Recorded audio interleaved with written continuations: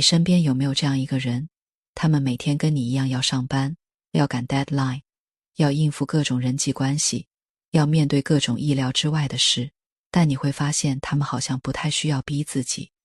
你在对抗、拖延，他们已经做完了。你在等一个状态来了的瞬间，他们每天醒来就直接开始了。你用了提醒 APP、打卡群、番茄钟，但3天后又回到原点，他们什么工具都没用，但就是做得到。你可能想过，他们是不是意志力特别强，是不是天生就有某种你没有的自制力基因？今天我想跟你说一件你可能从来没听过但非常真实的事。那些你以为靠意志力撑过去的人，其实不是靠意志力的。意志力根本不是真正自律的核心，真正让他们每天自然而然往前走的，是他们悄悄改变了一件东西，一件藏在大脑深处，大部分人终其一生都没有注意到的东西。今天我们就要一起走进大脑，科学解开这个谜。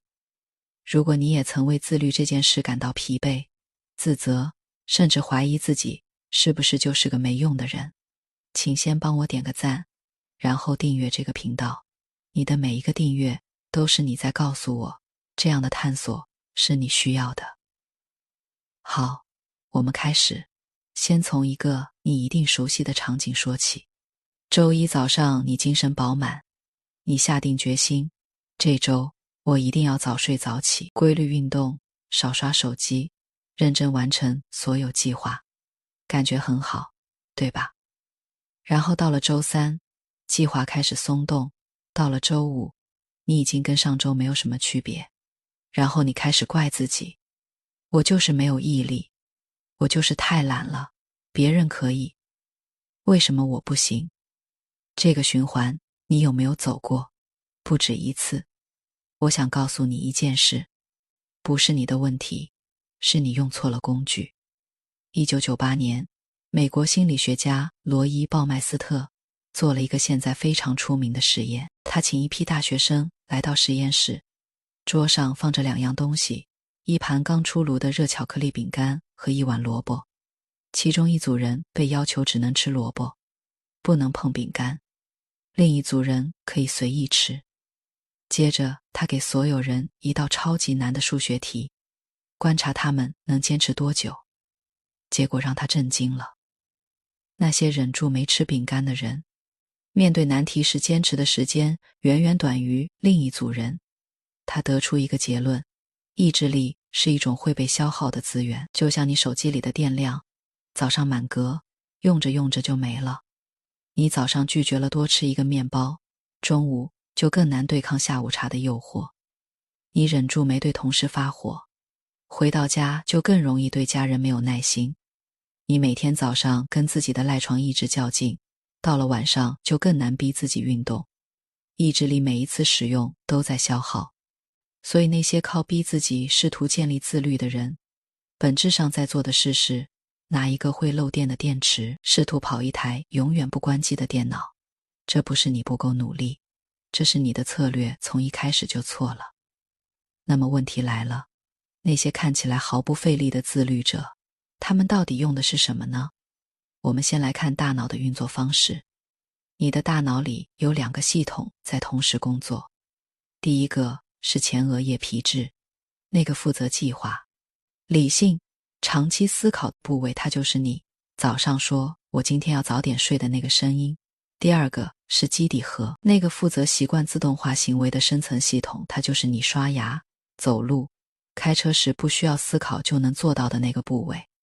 关键在这里，前额叶皮质是需要消耗能量的，它每做一个决定都要花掉一些电量，而基底核几乎不消耗能量。它一旦被启动，就像播放音乐一样自动、顺畅、不费力。普通人的自律是靠前额叶撑的，真正自律的人的自律是靠基底核跑的。翻译成人话就是，普通人每天都在决定要做一件事，真正自律的人早就把那件事变成了不需要决定的事。就好像呼吸，你从来不需要提醒自己要呼吸，对吧？因为它是自动的。那些让你觉得厉害的人，他们的运动、阅读、规律作息，在他们的大脑里跟呼吸的性质是一样的。不是他们比你有更强的意志力，是他们比你更早把这件事从前额叶的工作移交给了基底核的工作，而这个移交的过程就是今天的核心，习惯的回路。神经科学家安格雷斯·加布里埃尔在研究基底核的时候发现了一个结构，他把它叫做习惯回路。它由3个部分组成：提示、惯例、奖励。提示是触发行为的信号，可以是一个时间、一个地点、一个情绪、一个动作。惯例是你实际做的那个行为，奖励是大脑在完成行为后得到的那个好的感觉。每次这个回路跑完一遍，它就在大脑里刻深一点，跑的次数越多，这个回路就越自动，越不需要意识的介入。这就是习惯的力量。这也是为什么真正的自律不是靠意志力撑，而是靠设计回路，把你想做的事接上一个已经存在的提示，配上一个真实的奖励，让大脑的基底核帮你把这件事跑起来。光说原理可能还不够具体，所以让我们把这个转化成你今天就可以用的东西。你有没有注意过，你在咖啡厅工作效率好像特别高，但在自己房间明明只是想查一件事，结果刷了40分钟手机。这不是你在咖啡厅意志力更强，是咖啡厅的环境帮你的大脑做出了选择。周围的人都在工作，你的大脑接收到这个信号，前额叶不需要使力，基底核就自然跟着跑起来了。行为设计师 B.J. 福格在他的研究里说过一句话，我觉得说得非常到位：你的行为不是你的问题，是你的环境设计决定了你的行为。真正自律的人，他们最厉害的地方不是比你更有决心，是他们悄悄设计了一个让好行为更容易发生的环境。我给你举个真实的例子，一个每天早上6点起床去跑步的人，他的跑鞋放在哪里？不是放在鞋柜里，是直接放在床边。他不需要每天早上问自己要不要穿鞋，鞋就在那里，穿上就走。一个每天阅读30分钟的人，他的书放在哪里？不是放在书架上，是放在枕头旁边。睡前手一摸就是书，不是手机。一个每周健身4次的人，他的健身包放在哪里？对，放在门口。下班回家看到包拎起来就出门。你看到了吗？他们不是靠意志力做这些事的，他们是靠让这件事不需要意志力做到这些事的。反过来也是一样，真正自律的人也会让坏行为变得更难发生。想减少刷手机，就把手机放到另一个房间，让它在充电的时候不在你触手可及的地方。想少吃垃圾食品，不是靠忍，是家里根本不买它。你要吃就得穿鞋出门买，这个阻力一增加，大部分时候你就懒得去了。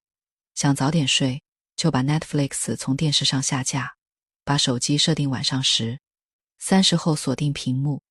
这些动作你有没有觉得有点太简单？对，它们就是这么简单，而它们的效果远远大于你每天在那里咬牙切齿地告诉自己要自律。好，我们继续往下走。除了环境设计，真正自律的人还有另一个很多人没注意到的秘密武器。先问你一个问题，你有没有过这样的经验？明明计划今天要做某件事，但就是一直拖，一直等状态，然后某一天终于动起来了。一做发现好像还好，甚至进入了状态，停都停不下来。事后你想，早知道这样，我当初干嘛拖那么久？这个现象，神经科学有一个解释。我们大脑里有一个叫腹侧被盖区的区域，负责动机和行动的启动。它有一个很特别的特性，它不是在你开始行动之前被激活的，而是在你开始行动之后才被激活的。翻译成人话，你不是有了动力才开始，你是先开始动力才出现。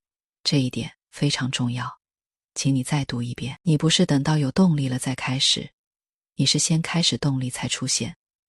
这就是为什么那些持续行动的人，他们给自己定的目标常常小到你怀疑。他们不说今天要跑5公里，他们说今天换上跑步的衣服，先出门站到外面。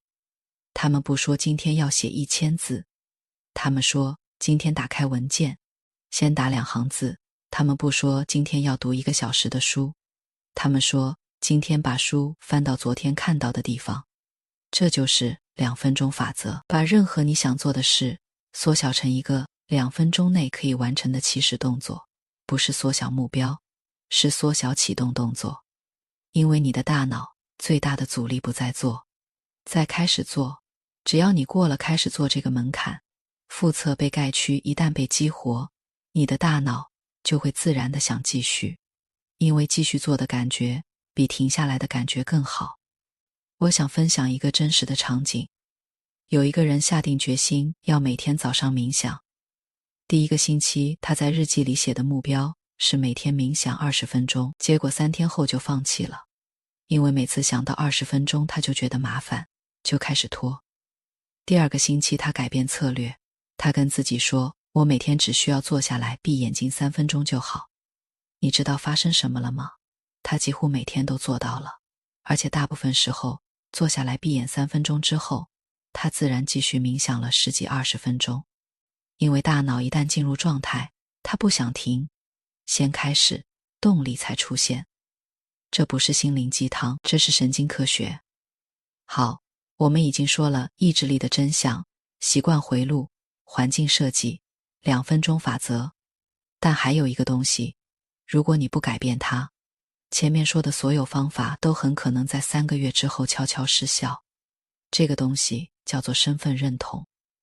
我来问你一个问题，如果有人递给你1根烟，你说不用了谢谢，我在戒烟，这句话说明什么？说明你还是个抽烟的人，只是现在正在试着戒掉。但如果你说不用了谢谢，我不抽烟，这句话说明什么？说明在你的认知里，你就是个不抽烟的人。你听到这个区别了吗？一个是我正在努力做一件事，一个是我就是这种人。原子习惯的作者詹姆斯·克利尔说，最深层次的行为改变是身份的改变。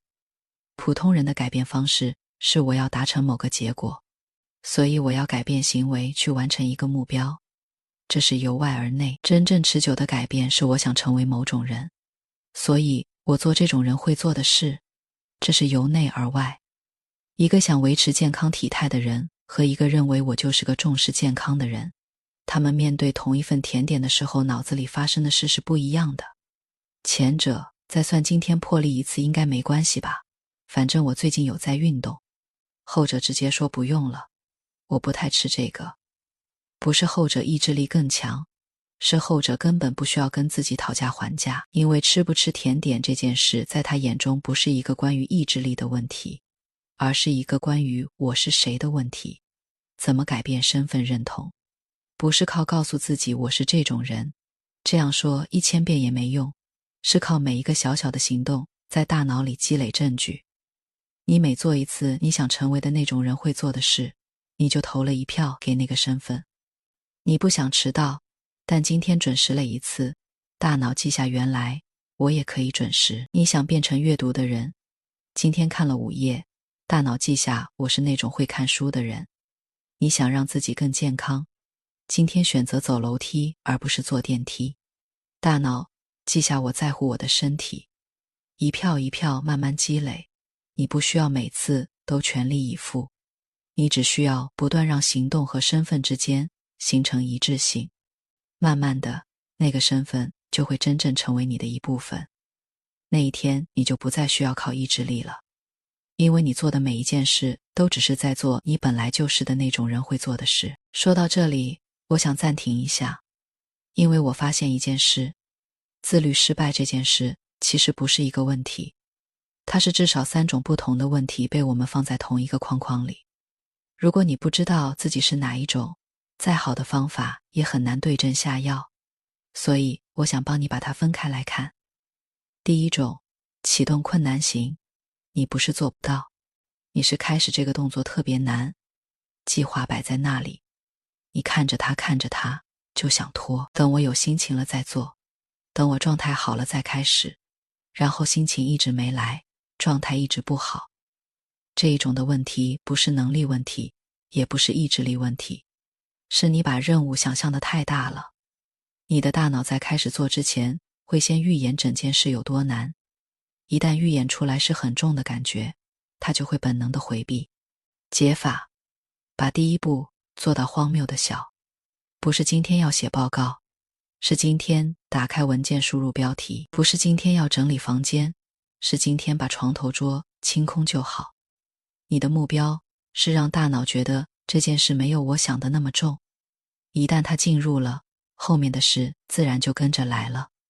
第二种，持续困难型。你不是开始不了，你是开始了，但很难撑过一开始的那段时间。运动开始了，3天断了；阅读习惯建立了，1周又回到原点。早起计划执行到第5天，周末一睡就崩了，重来一遍。这种的问题不是没有决心，而是习惯回路还没有被完整建立起来。一个习惯从刻意行为到自动行为，平均需要多久？很多人听过21天养成一个习惯，但这个说法其实是错的。伦敦大学的研究发现，一个习惯要真正自动化，平均需要66天，而且不同习惯差异很大，从18天到254天都有可能。所以如果你在第21天之前就放弃，不是你不行，是你在最难熬的那段时间没有撑过去解法。不要设目标，设系统，不说我要坚持3个月，因为大脑抗拒遥远的承诺，说我只需要今天做到，然后明天再说一次。我只需要今天做到，每天只活在今天，把连续感交给一个打卡记录，那个记录本身会慢慢成为你最不想破坏的东西。喜剧演员杰瑞·塞恩菲尔德有一个著名的方法，他叫他不要打断链条。他在墙上挂了一本大日历，每一天他完成了创作，就在那一天画一个大叉，慢慢地叉变成了一条链。然后他说，你唯一需要做的事就是不要打断这条链，不是因为你必须写出最好的东西，而是因为你不想破坏那个视觉上连续的叉叉。这就是把撑下去这件事从意志力的问题变成一个视觉游戏的问题。第3种，外部压力型。你不是做不到，你是每次做到了，但生活里总有一个干扰让你回到原点。加班让你没办法运动，家里的事让你没办法阅读，朋友的邀约让你没办法早睡。你觉得是外部的事情破坏了你，但我想跟你说一件可能有点刺耳但很真实的事，外部干扰永远不会消失。你现在的生活有让你无法自律的原因，1年后你的生活一样会有让你无法自律的新原因。真正自律的人不是那些生活没有干扰的人，他们的生活一样有加班，有意外，有各种打乱计划的事。差别是他们把继续的门槛设计得极低，加班回来太累，正常版的计划做不了，那就做最小版本。今天本来要跑5公里，只有时间和力气了，就走10分钟，呼吸一下夜晚的空气。今天本来要看30分钟书，太累了，就翻5页。今天本来要早睡，朋友约了晚点到家，就接受今天晚1点，但还是把明天的闹钟设好，让链条继续，哪怕今天这个叉叉打得比较小一点。你不是要做到完美，你只是不要让它断掉。一旦中断，重新开始的成本远远高于做一个最小版本让它继续的成本。这3种类型你认出自己了吗？不用只属于一种，你可以3种都有。很多人都是这样的，认出来是因为不同的问题需要不同的解法，而你现在有了工具，可以对症下药了。说到这里，我想跟你聊一个很多人不敢面对的真相。很多人看了很多方法，道理都懂，但还是做不到。为什么？因为有一件事悄悄消耗了他们所有的能量，让任何方法都难以落地。那件事叫做内耗。什么是内耗？就是你不断在心里问自己，我为什么这么没用？为什么我就是做不到？我就是比别人差，都试了这么多方法，我大概真的没救了。你有没有注意过这些念头有多消耗你？它不像你在做一件事，它更像是有人一直在你心里开着一台抽水机，把你的能量一点一点抽走。真正自律的人，他们也会失败，也会拖延，也会偶尔放弃计划，但他们和你最根本的差别，不是他们失败的比你少，而是他们在失败之后不折磨自己。他们的反应不是我怎么这么没用，而是成，昨天没做到，今天继续。就这样，像翻页一样翻过去了。神经科学告诉我们，当你处于自我批评的状态，大脑里的杏仁核会拉响警报，这跟你被威胁的感受是一样的。而在这个状态下，前额叶是被压制的那个你需要用来做计划、做决定、执行行动的部位，它被关掉了。翻译成人话，你越严厉批评自己，你就越做不到你批评自己做不到的那件事。这不是叫你不要要求自己，这是在告诉你，严厉和苛刻不是让你变得更好的办法，它是阻止你前进的绊脚石。对自己好一点，不是放纵自己，不是降低标准，而是给你的大脑一个安全的环境，让它有资源去学习、去尝试、去一点一点变好。就像你不会对一个正在学走路的孩子说你怎么这么笨，摔了这么多次，你会蹲下来说没关系，再来，你可以的。请你也这样对自己说。好，我们来把今天的东西安静地整理一遍。真正的自律不是靠意志力撑，因为意志力是会被消耗的。那真正让人自然而然地做到的是4件事的叠加。第一件事，设计你的环境，让好的行为更容易发生。把跑鞋放床边，把书放枕头旁边，把水瓶放在桌上，让坏的行为更难发生。手机拿出房间，垃圾食品不买进家门。你的环境决定了你的行为，而你可以设计你的环境。第二件事，缩小启动动作，用2分钟法则过开始。这道关不是缩小目标，是缩小第一步，先开始，动力才出现。这是大脑的结构决定的。第3件事，建立你的身份认同，你想成为什么样的人，然后开始做那种人会做的事，哪怕只是很小的一件。每一个小行动都是你投给那个身份的一票。第4件事，对自己好一点，不是放纵，是停止内耗。失败了翻页继续。你的大脑需要安全才能学习，才能成长。这4件事不是4个独立的方法，它是一个系统。当这4件事同时在你的生活里运作，你就不再需要每天咬牙对抗自己，你的生活会开始朝你想要的方向自然而然地移动。今天的探索到这里就快要结束了。